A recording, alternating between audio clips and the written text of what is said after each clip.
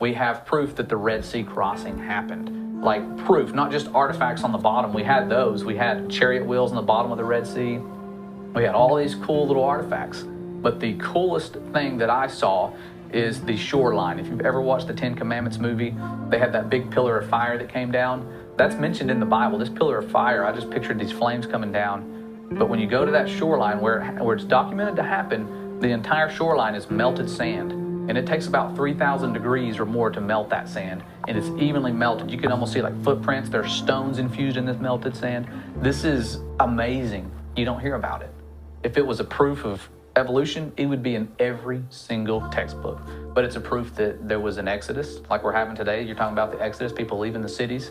It's happening again. We're all being called out of Egypt. This Bible that we read is so true. We're being called out of Egypt again and again. You know, come out of Babylon, you know, come out of her by people. Babylon and Egypt, those two kingdoms were side by side at their max. And so those customs, you see the same symbols, you know, the same people. Like Nimrod might have many different names in different cultures. Why is that? Well, when the father destroyed that tower, what happened? He sent people all around the world and changed their languages.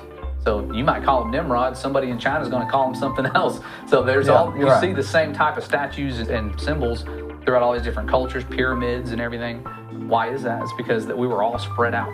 And when the Father sent his Son, he said, you know, preach this gospel of the kingdom to the whole world, to the corners of the earth. And when the Son comes back and returns, everyone's going to see him, right? And I thought, me and my wife, this question we used to ask about 8 years ago is how?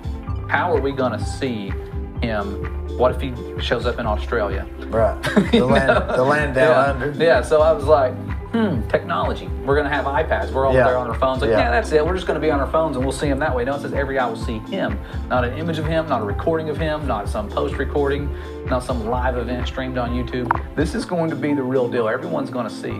So I'm like, that to me, it all starts to make sense when you realize that day 2 of creation was a legit structure being made. He didn't just sit there and let atmosphere be made and let the trees produce oxygen. Then that would have been like another Sabbath. He'd have been resting on that day. No, he was making the most massive structure in existence that I know of now. That's why we can't go beyond the 60th South Parallel. We're not allowed to travel there.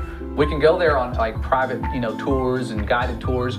But if you start you get in a ship, a fishing boat, whatever, and try to go where you're not allowed to travel, they meet you with military force. We've got videos of people trying to do this and these giant ships coming out like, turn around, you know, we're going to open fire. Like these people are serious about protecting ice. When has all of our world powers agreed on one thing peacefully? And they've agreed on this for decades.